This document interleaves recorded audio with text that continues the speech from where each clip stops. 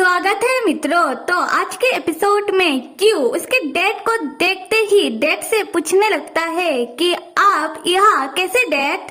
Q के dad Q से कह रहे थे कि मुझे तुमसे कुछ बात करनी है और तुम्हारी पीए से मुझे पता चला कि तुम ऑफिस नहीं गए तो मैं तुमसे मिलने के लिए आ गया।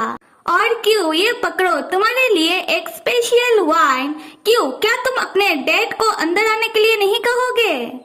उस समय क्यू सोच में पड़ जाता है और अपने मन ही मन कह रहा था मुझे कुछ ठीक नहीं लग रहा है। डैड सुबह सुबह वो भी वाइन लेकर आए हैं। अगर डैड मीन से मिल ले तो नहीं, मैं ऐसा नहीं होने दे सकता।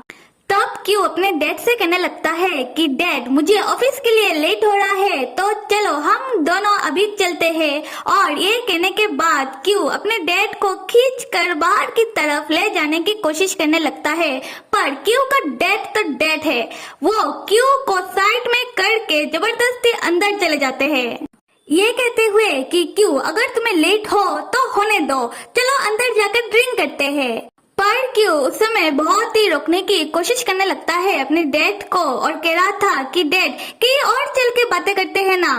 और अपने मन में सोचने लगता है कि जब मेरे भाई ने मुझे और मीन को देख लिया था तब बात अलग थी, पर अभी डैड अगर मीन को देख ले तो ये बात कहाँ से कहाँ चली जाएगी। और ये सीन देखने में बहुत ही मजेदार है क्योंकि एक तरफ क्यू जो अपने डैड को बहुत ही रोकने की कोशिश कर रहा था और दूसरी तरफ उसका डैड जो अंदर चले ही जा रहे थे। पर अभी मीन खुद ही कमरे से बाहर निकल आता है, ये कहते हुए कि क्यू तुम तो अपना ऑफिस बैग घर पर ही भूल गए हो। और क्यू के डैड और मीन तब आमने सामने आ जाते हैं और क्यू के डैड को देखते ही मीन कहने लगता है कि दादा आप। एक तरफ क्यू के डैड जो मीन को देख रहे हैं, दूसरी तरफ मीन जो क्यू के डैड को देख रहा है और तीसरी तरफ क्यू जो अपना सर पकड़ कर बैठा हुआ है।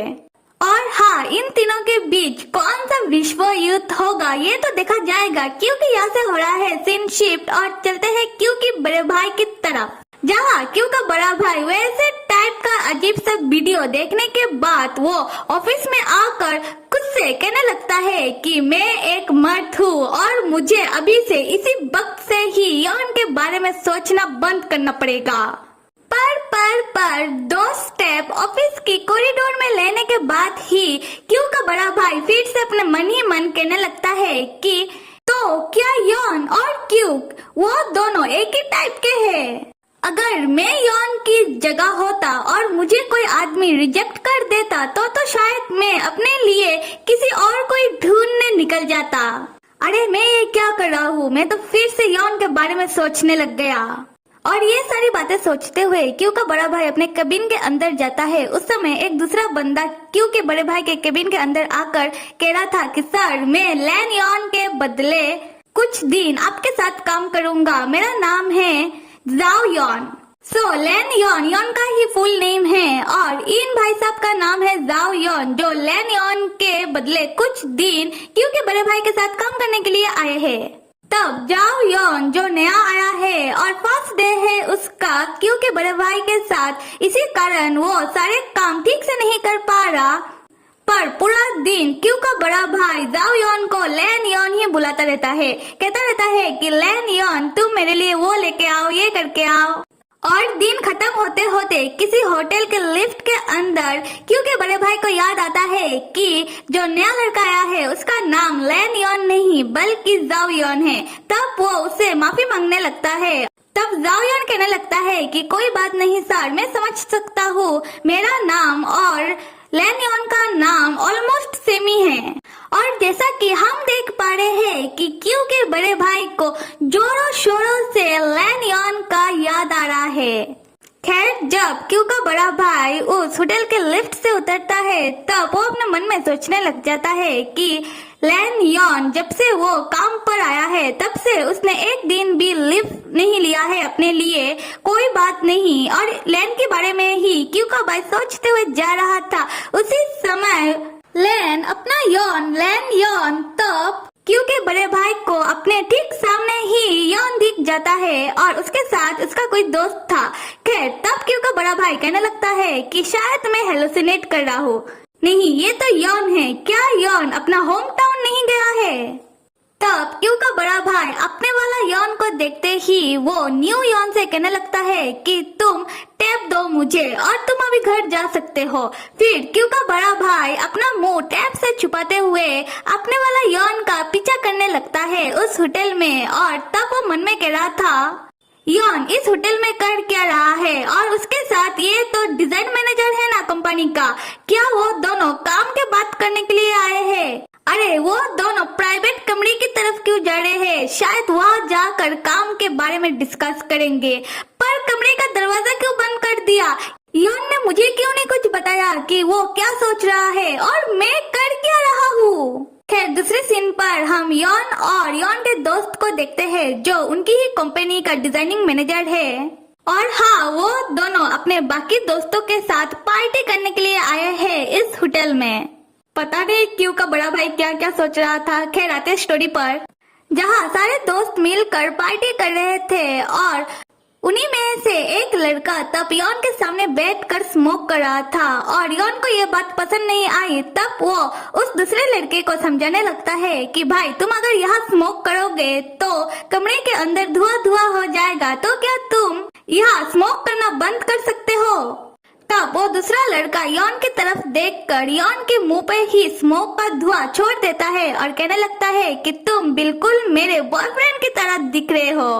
तब यॉन को खांसी आने लगती है धुएं के कारण और वो दूसरे लड़के की इस हरकत से यॉन अनकंफर्टेबल होने लगता है। तब यॉन का वो दोस्त जो डिजाइनिंग मैनेजर है कंपनी का, वो आकर उस दूसरे लड़के को सुनाने लगता है और बात को संभाल लेता है। खैर, पार्टी खत्म होने के बाद यॉन का दोस्त वो डिजाइनिंग मैनेजर यॉन से कहने लगता है कि यॉन मैं तुम्हें घर छोड़ देता हूँ क्योंकि मैं ही तो तुम्हें इस पार्टी में लेके आया था। तब यॉन कहने लगता है कि अच्छा ठीक है। तब वो दोनों बातें करते हुए जा रहे थे और तब यॉन अपने दोस्त से कह रहा था कि थैंक यू और उसका दोस्त कहता है कि कोई बात नहीं और उसके बारे में इतना मत सोचो क्योंकि वो लड़का ऐसा ही है। उसने तुम्हें देख लिया कि तुम दिखने में क्यूट हो तो वो तुम्हारे साथ ऐसा हरकत करने लग गया। और बात करते करते यॉन की पैर अपने ही शू लेसेस के ऊपर पड़ जाती है और यॉन तब गिरने ही वाला था। उस समय यॉन का दोस्त भी यॉन को पकड़ने के लिए अपना हाथ आगे बढ़ाता है और उसी वक्त क्यू का बड़ा भाई भी आ जाता है यॉन को पकड़ने के लिए और वो दोनों तब एक साथ यॉन को पकड़ने के चक्कर में उन दोनों से ना हो पाया और बेचारा यॉन नीचे गिर जाता है। तब यॉन का दोस्त डिजाइनिंग मैनेजर क्यू के बड़े भाई को देखते ही कहने लगता है कि मिस्टर वी आप, और अगले ही पल हम यॉन के दोस्त को यॉन के पास देखते हैं जो यॉन को पकड़कर पूछ रहा था कि यॉन क्या तुम ठीक हो? यॉन कहता है कि मेरा चश्मा तो टूट गया गिरने के कारण। यॉन का दोस्त कहता है कि कोई बात नहीं, तुम्हारे चश्मे से ज्यादा तुम इम्पोर्टेंट हो और देखो तुम्हारे फेस पर तो चोट लग गया तो मैं तुम्हारे लिए दवाई खरीद दूंगा। तब यॉन का दोस्त वो डिजाइनिंग मैनेजर यॉन को टेक केयर करते हुए यॉन का शू लेसेस बांधने लगता है क्यू के बड़े भाई के सामने और क्यू का बड़ा भाई यॉन को ऐसे दूसरे आदमी से टेक केयर होता देख वो जल तो रहा था। खैर, तब यॉन का दोस्त क्यू के बड़े भाई से कहने लगता है कि मिस्टर वी अभी हम चलते हैं और मैं यॉन का ध्यान रख लूंगा। और यॉन क्यू के बड़े भाई को बाय कहते हुए कह रहा था कि मिस्टर वी हमें आप इग्नोर कीजिए और मुझे मालूम है कि आप बहुत ही बिजी आदमी हो।